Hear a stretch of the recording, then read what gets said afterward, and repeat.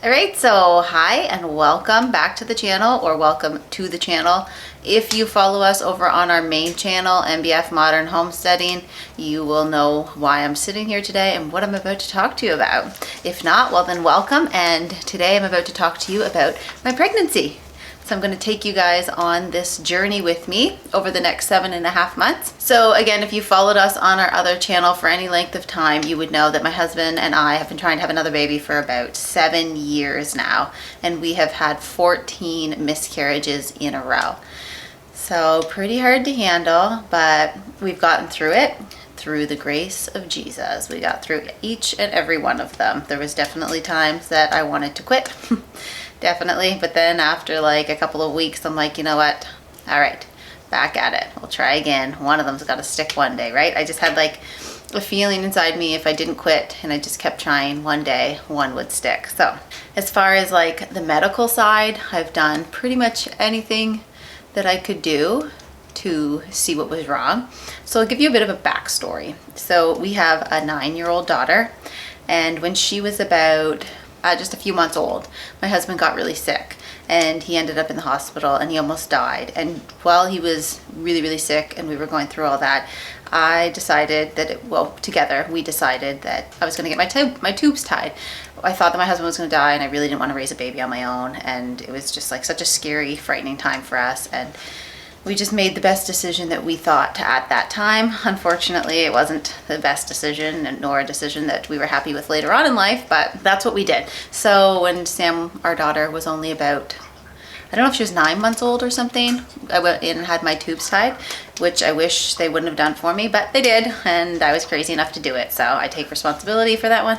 But then a 1.5 years later, my husband really turned around. He was going to live. He just seemed, like everything was going to go back to normal. He was going to, well, not normal, but he was going to live and he was going to get healthier every day. So it was pretty awesome. And we decided, you know what? Oh my goodness, we really do want another baby. And I just felt so burdened and shamed for what I did. And I just really wanted to untie them. So at that time I wasn't working, I was staying home with our daughter and he was working in the military. And so to tie your tubes here in Canada, it's free, but to untie them, it's $5,000. So of course anyway, so I was just saying, Lord, I don't have an extra $5,000 sitting around. So if there's any way, that you could help me find this money so I can get my tubes untied, I would just, I really desperately want this. Anyway, circumstances came up and I was able to get it, and I was able to get my tubes untied within probably 6 months of wanting to untie them. I made doctor's appointments and was able to get the money and was able to untie them, and I was so happy. So I was warned, though, that if I were to get pregnant, that I was a high risk now because I had had my tubes tied, and so the damage that had been done there was high risk for ectopic. But they said a lot of people go on to have successful pregnancies. So, that's just kind of always in the back of my mind, is worry. Anyway, we tried, and then we finally got pregnant, and we lost that one, and that one may have been in my tubes. We're not 100% sure. Judging by the blood work, it looks to have been in my tubes, but there was no actual evidence. Like, we didn't see it on ultrasound either, like in my uterus or in my tubes, because it died pretty early. I think it died around 5 weeks, but they couldn't see anything in my uterus, and my blood work kind of showed that it looked like it was probably in my tubes. There was that one, and then it just kept happening, like just back to back to back. 2 to 3 times a year we'd be pregnant, and then within a couple weeks of finding out we were pregnant, we'd lose the baby. Most of them were never found in my uterus or anywhere else. One was definitely in my tubes, for sure, we saw it there. One was definitely in my uterus but didn't develop. So it was around 5.5 weeks or something we saw it, but it never developed. It was just like the sac, but the baby didn't develop in it. Most of the other times I either lost it too early to go to the hospital, because I usually tried to wait till at least 5 weeks before going. That way it was just like a little less stressful and a little less the boy who cried wolf, just showing up pregnant, 2 days later, not pregnant. So it's been quite a journey. It's been like a stressful, sad, hard journey, but each step of the way we've made it through the grace of God, that is for sure. Lots of prayer, lots of crying, lots of yelling, but we've made it through. And then finally, all right, so we had all those miscarriages. So I did do a bunch of blood work with doctors. Once I finally moved to New Brunswick and I had maybe 5 miscarriages, I started doing some blood work. All the blood work always came back There was no problems. Like they couldn't find anything. So then I had a test done where they insert dye into your uterus and through your fallopian tubes, where we found that one of my tubes was in fact closed and probably from tubal pregnancies. The other one was open without any damage. So I had that test done, which was really great. We got that news. We were really happy. And then a few short months later, the tube that was open, I had a tubal pregnancy in it. So that was scary. All right, so that was a very stressful time because I knew I only had one tube left, and that was the tube the baby was in. So I was like crazy stressed. I was just praying. I had to take an ambulance to the hospital. But once we knew it was in there, they were able to give me a needle with methotrexate in order to terminate the pregnancy. So that way I wouldn't need surgery to remove my tube. Because I only had the one tube left, I really did not want them to take my tube. So we tried the medication, and a few days after the medication, as the baby was detaching from my fallopian tube, I started to bleed internally. I was so scared, so I ended up at the hospital, and they took me by ambulance to a big hospital, because where we are right now is just like a small town with a small hospital. So they took me by ambulance to the big hospital, and I thought for sure I'm gonna lose my tube. The only tube I have left, I'm gonna lose it. I was just praying to God that I wouldn't lose it, and they were able to save my tube. So I was so happy. So that was probably a year and a half ago now. So after that pregnancy scare and all that I went through, I was pregnant again just a few more months later and lost it. So I said to the doctor, I really want to do another dye test to make sure that the fallopian tube wasn't damaged from the tubal pregnancy, because the next pregnancy right after I lost really quickly, and I wondered if it was in the tubes as well or what was happening. So anyway, they were able to do another dye test, and they found out that the tube was open and the tube was fine. So I was so grateful. And then I think last year I had 3 more losses. And at the last one, I just said to my husband, I'm done. I can't do it anymore. That's been 14. I can't handle it. It's too stressful. Anyway, we talked about it. We prayed about it. A couple weeks later, we decided, fine, maybe we'll try again. There was one thing that I hadn't tried. So as far as like the medical field, I did all the blood tests that they could do. I did the x-ray and ultrasounds through my uterus and fallopian tubes, and everything came back fine. Obviously, other than I only have one tube, so now we're working with that. But there was no real reason that they could find that I was constantly losing these babies. Probably a lot of them were stuck in my tubes in all reality. But as far as they go, the medical field was just saying, well, we don't really have a reason, so it's safe to keep trying. So anyway, I had been speaking to a friend of mine who knew somebody who had done natural therapy, natural medicine, in order to conceive and have a healthy pregnancy. So I decided I would look into it. And it turned out there was a place right here in my area that did acupuncture and natural therapy. So I started seeing them after my last loss in November, last November. So just, 4 months ago or so. Sorry, my dog and cat are playing on the ground. They're just crazy. Anyway, so I started seeing them at the beginning, I think around the middle of November 2023. Oh my goodness, now they have to play near the camera.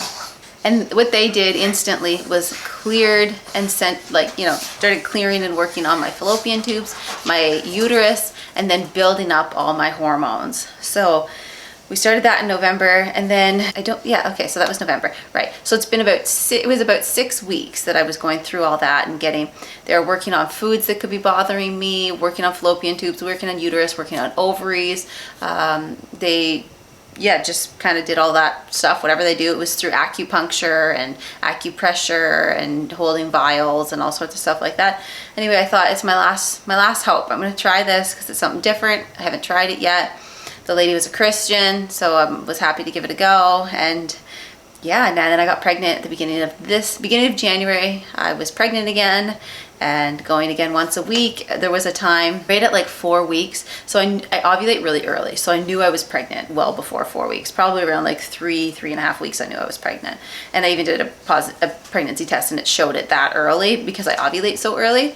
So anyway, I went around 4 weeks. I started to feel like one day I woke up and, my boobs weren't sore anymore, and I felt like I lost my pregnancy symptoms, which happens a lot with me. And then usually the bleeding starts a few days later, especially when I lose them so early, between 4 and 5 weeks. So I was just like a nervous wreck. I went into the lady and I just said, I think I'm gonna lose it. She, you know, just said, keep in faith until it's not over until it's over, right? And went through the acupuncture that day, left, went back again the next week. I said, I'm still pregnant, I'm still here, did it again, and pretty awesome. And then today I am 6 weeks and 4 days, and I had an ultrasound at the beginning of the week, which showed the baby in my uterus, safe, and its little heart had just started to flicker. The ultrasound tech said probably in the last day or two it had just started to flicker, because it's usually around the end of week 5 that the baby's heart starts to beat. So we were able to actually see my baby in my uterus and its heart beating, and that was like just magical. So obviously lots of tears were shed then, and she totally got it, but it was just such a happy moment because none of the other babies ever had a heartbeat. So it was only this one and Sam, who is alive, and you know, my 9-year-old child that I have here. So it was pretty amazing. So we have our ultrasound picture up on the fridge right now, and we're just like totally staying in faith and believing that this baby is going to be good, and we are going to be holding it in our arms beginning of October. So we're super, super excited. And I just wanted to share this journey, and I think I'll take you guys on this journey with me. So I go back in 1 month, so March 12th-ish, I go back, and we're gonna have another ultrasound. So Jeremy's gonna come to that one. He didn't come to this one because I didn't know where the baby was gonna be, honestly. I was worried that it was gonna be in my tubes, and then that would mean that I would probably be taken by ambulance to the big hospital again and have to do emergency surgery, because my HCG levels were so high. It would have meant that if it was in my tubes, it needed to come out right away. So I was pretty scared about that. So he took Sam and they went out, and I went and did that. And then once we were all in the clear and we saw baby, and I was happy and able to just like be sane and normal, they came home and we had cake and we celebrated, and we were all so happy, and little baby's picture is up on the fridge. So we are just like so thrilled. And I want to take you guys along on this journey with me. So maybe I'll just do another video in a month and just kind of keep you updated on how I've been feeling. Take you to my ultrasound, or I don't know if they'll let cameras in there, probably not. So maybe I'll just show you the picture after at the end of the day, once we've gone to the ultrasound and seen little baby. And once we come up with some names, we'll share them with you guys. As far as girl or boy, we're totally good either way. Obviously, it'd be fun to have a boy to experience something different than our daughter, but it would also be really cool to have another little daughter. Sam's been easy and just like such a perfect kid, so another little girl would probably be pretty awesome too. So whichever, we just like are so happy that it's healthy and seems like it's living. It is living. It is living. So I'm going to continue on with the natural therapy. I'm going to keep doing that every week, once a week, and get the acupuncture and keep my hormones in check and keep little baby healthy. And we'll just keep focused there. I'm going to be followed probably by a specialist pretty soon, because I am turning 38, till I'm like a geriatric pregnancy, and I'm super high risk with all the previous losses. So I'll be followed by a specialist probably in the next few weeks or so. I'll probably see one. So that's really great. We're just kind of on the ball with everything, and once we have this baby, I'll be sure to video the baby and just like show you our little piece of joy and happiness that has come to planet Earth. Anyway, thank you for following along on this journey, and for following us on our main channel, for following us on this channel. Just thank you for following along and supporting me through this pregnancy. I have felt so sick, so sick, like all day, every day, nauseous, like very, very nauseous, pretty tired. I usually weight train 3 days a week. I've totally given that up. I just have not had the energy. I've not had the strength. I can't, which sucks. I do a walk, just a basic walk on the treadmill for half an hour a day.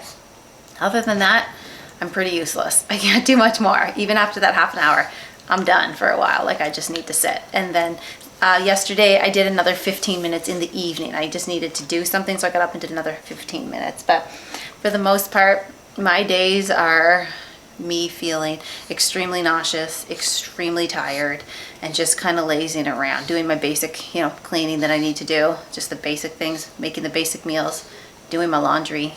Other than that, it's really nothing. And I really want to lift weights. Like I would love to just get like a little pump. I would love to so bad, but I don't know that it's a smart idea. So I'm not gonna bother. Hopefully in a few weeks I start to feel better and I get all clear from my doctor, you know, once we get that other ultrasound in a month and we see, you know, baby's heart is really functioning good and it's growing good and strong and we're past, you know, 10, it'll be about 10, just over 10 weeks at that point. Not that I think that I'm gonna lose it, because I don't. I just don't wanna put any more stress on my body, which is trying really hard to just, you know, grow this baby healthy.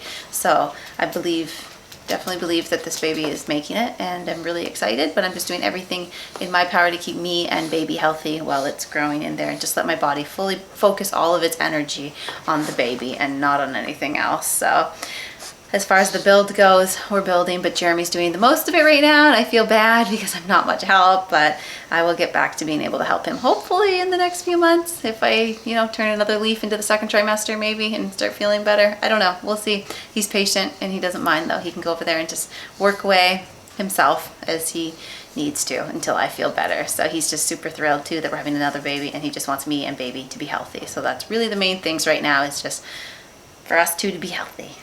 So I'll show you my belly, and this will be 6 weeks, okay? It's a lot bigger than it was with Sam, but I was also 10 years younger with Sam. All right, so there really isn't anything much there yet, because again, I'm only six and a half weeks. But this will just give you an idea. So when we do it again in like a month, you can compare. So here we are, 6 weeks, 4 days. Baby.